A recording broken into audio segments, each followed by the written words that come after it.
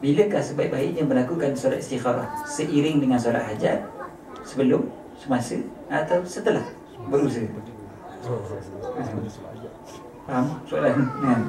Seiring dengan solat hajat, iaitu sebelum, semasa dan setelah berusaha, atau semasa betul-betul perlu membuat pemilihan? Okey, jawapannya adalah solat istikharah sebaik-baiknya dibuat setiap hari selain daripada waktu yang diharamkan semayang. Itu je. Lain daripada tu, elok buat semayang istikharah. Tak kisahlah waktu bila pun. Kita kena buat pilihan tiap-tiap hari. Jangan kita fikir pilihan ni hanya benda-benda besar-besar je. Aku nak masuk kos ni ke nak masuk kos tu. Aku nak ambil subjek ni ke nak ambil subjek tu dulu. Aku nak kahwin ke tidak. Contoh kan. Jangan. Istikharah biar buat tiap hari, tak ada masalah. Ya. Cuma yang terbaik sekali, paling afdal sekali, paling tidaknya Nabi SAW dah sebut dah.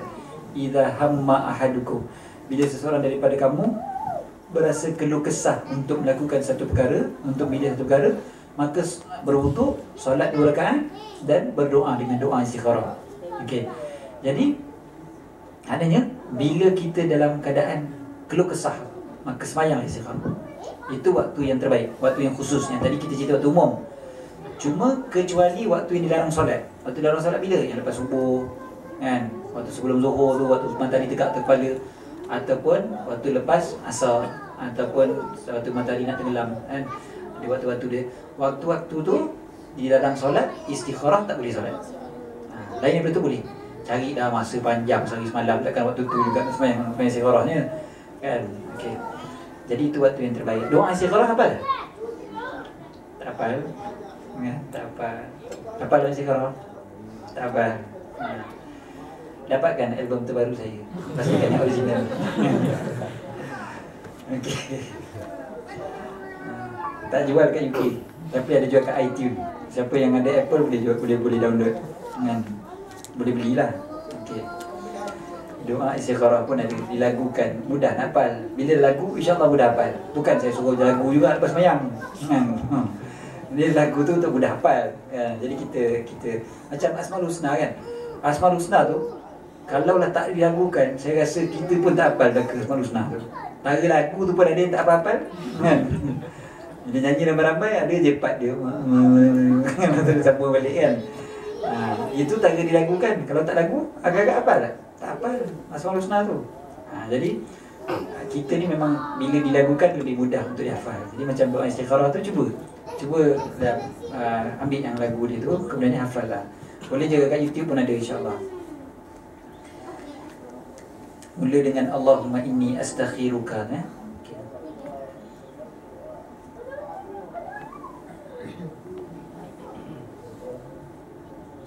Bagaimana cara terbaik untuk menarik atau mengajak kawan untuk menutup aurat sedangkan dia lebih berumur, ditambah dengan persekitaran di Glasgow ini di mana sukar untuk mendapatkan pakaian muslimah. Terima kasih. Sama-sama. Okey, macam mana tarik kawan yang nak tutup aurat, nak ajak kawan tutup aurat? Dia macam-macam cara. Dia macam ni je, kita dengan orang yang kita nak dakwahkan, mad'u kita ni, kita jangan nampak satu cara je.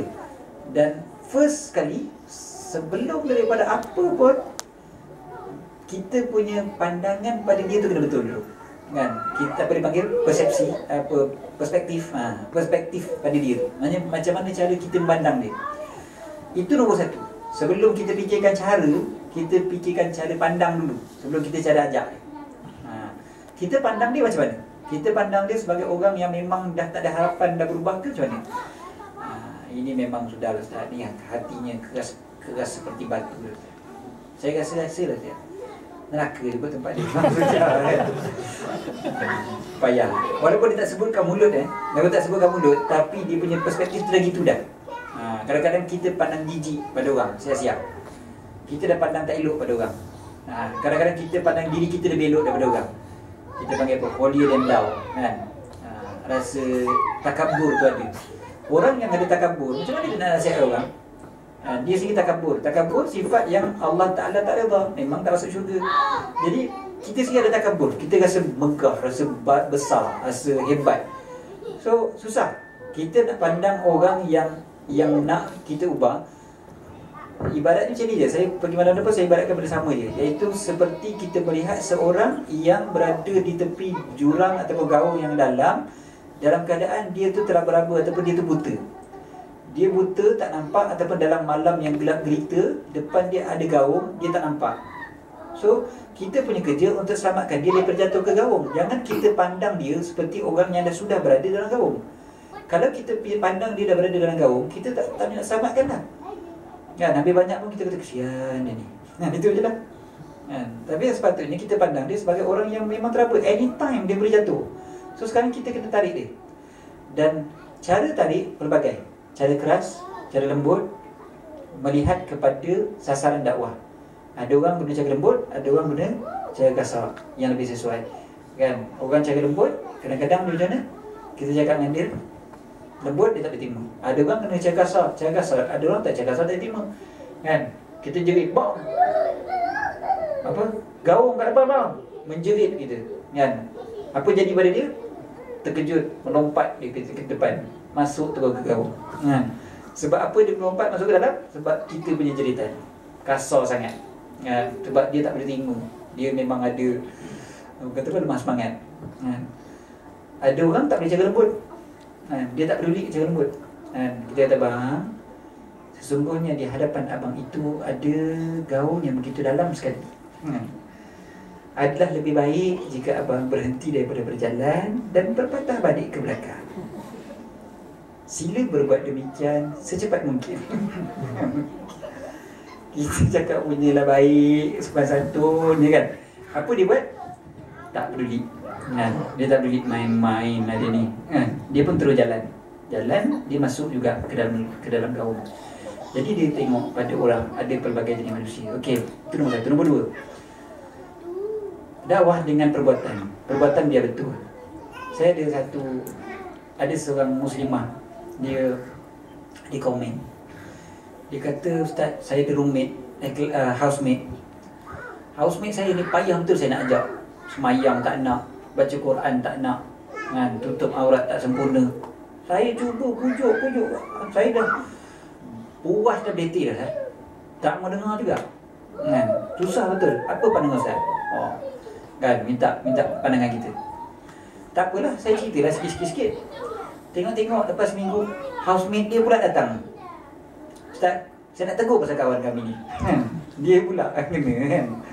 Pasal apa? Kata, kami tahu Ustaz, dia ni memang seorang muslimah yang baik. Semayang dia jaga lagi baik daripada kami. Dia rajin baca Quran, pandai baca Quran, kami tak pandai. Dia tutup aurat lagi sempurna daripada kami. Tapi Ustaz, dia ni walaupun semua benda tu dibuat, tapi dia ni masalahnya dengan kami memang kami tak ngam. Sebab apa? Bila kami buat giliran masak, kata, bila turn dia masak aja dia hilang. Turn dia makan dia ada. Turn dia masak dia tak ada. Lepas tu bila makan, pinggan mangkuk tak nak basuh. Tinggal je atas dia. Orang lain yang kena basuh. Menyapu sampah, sorry, kat rumah tak pernah nak penyapu. Rendam kain dalam tandas 2 minggu pun nak basuh. Tu saya tambah. Contoh, kan? Nak ceritanya, macam mana agaknya dakwah tu nak sampai dalam keadaan orang tak suka ni, kan? Perangai dia pun tak elok. Maka dakwah dengan perbuatan itu mesti diutamakan. Memanglah nature manusia ni macam tu, kan? Kan kita tengok Allah Ta'ala tunjukkan pada kita ni, pada nature manusia tu, pada nature budak-budak. Nature budak-budak adalah nature manusia. Senang je. Allah Ta'ala sayang pada kita, Allah Ta'ala tunjukkan pada kita. Kita tengok budak-budak ni, kan? Ini adalah nature manusia sebenarnya, kan? Kita bila nak ajar dia, boleh tak kita syarah je pada dia? Bersyarah pada dia banyak-banyak. Sesungguhnya solat ini adalah rukun Islam yang terpenting, nak, kan? Bersolatlah kerana Nabi SAW telah bersabda, bersolatlah seperti mana kalian melihat aku bersolat. Cerita pula. Cerita panjang-panjang kat budak-budak ni, dia gelak je tengok kita. Tapi bila kita sembahyang, dia akan ikut kita sembahyang. Dia akan ikut. Tak payah syarah panjang-panjang. Dia tengok kita sembahyang, dia pun nak sembahyang sama. Rupanya itulah dia sifat manusia. Tabiat manusia macam tu. Manusia lebih senang ikut perbuatan daripada perkataan. Disebutkan oleh Imam Al-Ghazali, lisanul hal afsah min lisanil maqal. Bahasa perbuatan lebih fasih daripada bahasa perkataan. Itu nombor 2. Nombor 3, doa. Doa ni dia main peranan. Tapi jangan doa macam tu je. Saya ada seorang makcik ni, dan soalan macam ni saya teringat satu kisah. Saya kuliah bulanan di Al-Usta.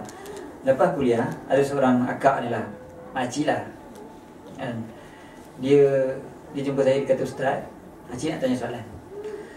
Makcik ada anak kerja kat Kuala Lumpur," kata. "Kerja di Kuala Lumpur, tapi anak makcik ni tak mau pakai tudung.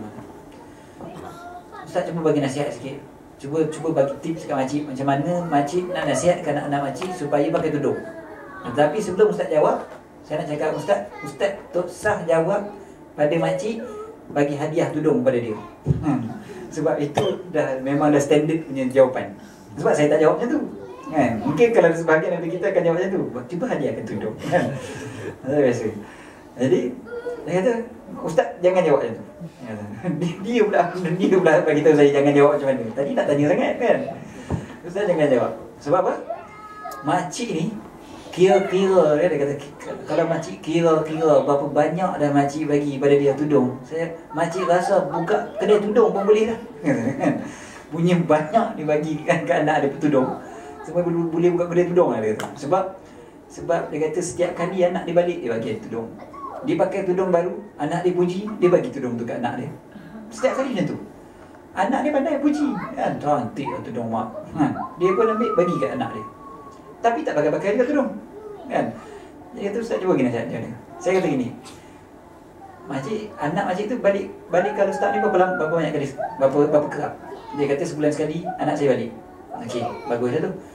Okey, anak makcik bila balik tu, makcik sembahyang berjemaah kat rumah. Dia kata sembahyang jemaah kat rumah. Siapa biasa jadi imam? Dia kata kadang pakcik, kadang makcik.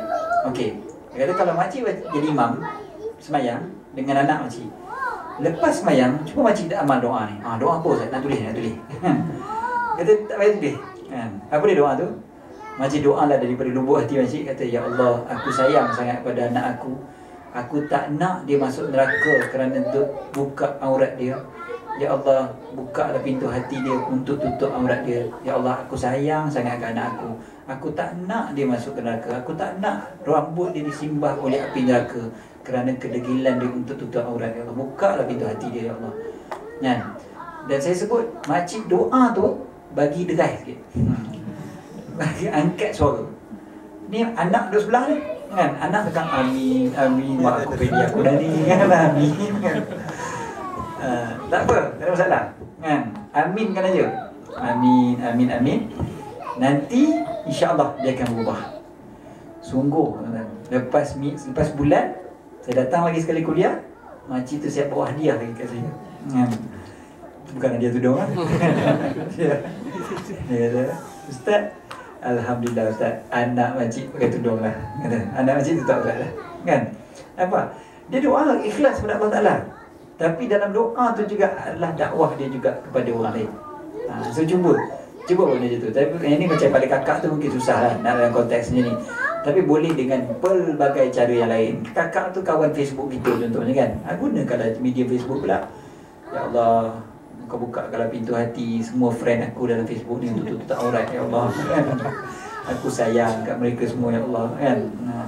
Mudah-mudahan akak tu punya friend tak banyak sangat, kita punya doa tu keluar dekat wall tu, dekat depan tu, kan? Kalau friend dia ramai memang dia tak nampak lah, kan? Tapi kalau ni, mudah-mudahan dia akan nampak, mudah-mudahan dia akan, dan terus-menerus apa-apa yang macam cadangan-cadangan yang baik yang lain tu baguslah, teruskanlah, hadiahkan tudung ke, hadiahkan buku ke, cerita dan ni. Dan ajak akak tu pergi majlis agama. Ajak dia. Ajak dia. Don't worry. Cakap, akak tu kata, tak boleh dia akak macam ni lagi. Tak apa. Mana ada syarat datang majlis agama akak mesti pakai tudung dulu. Kata.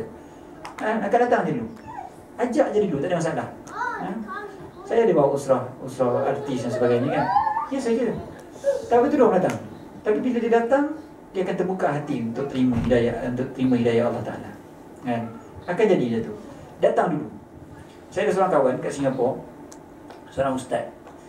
Dia mengajar setiap dia punya kuliah dia setiap setiap 2 minggu sekali. Kuliah dia dihadiri oleh ribuan anak muda. Ribuan, bukan ratusan lagi dah. Ribuan anak muda Singapura. Singapura ni kecil. Jadi kalau ribuan, sebenarnya ramai sungguh tu. Ribuan anak muda Islam datang kuliah dia setiap kali. Setiap kali kuliah dia 2 minggu sekali. 2 minggu sekali ke setiap minggu, macam tu lah. Ramai datang. Daripada masjid yang kecil, daripada kelas yang kecil, dia terpaksa pindah ke masjid yang kecil, terpaksa pula pindah ke dewan dan sebagainya. Tapi banyak yang datang tu pula, tu dia yang lelakinya dengan rambut tomahawk,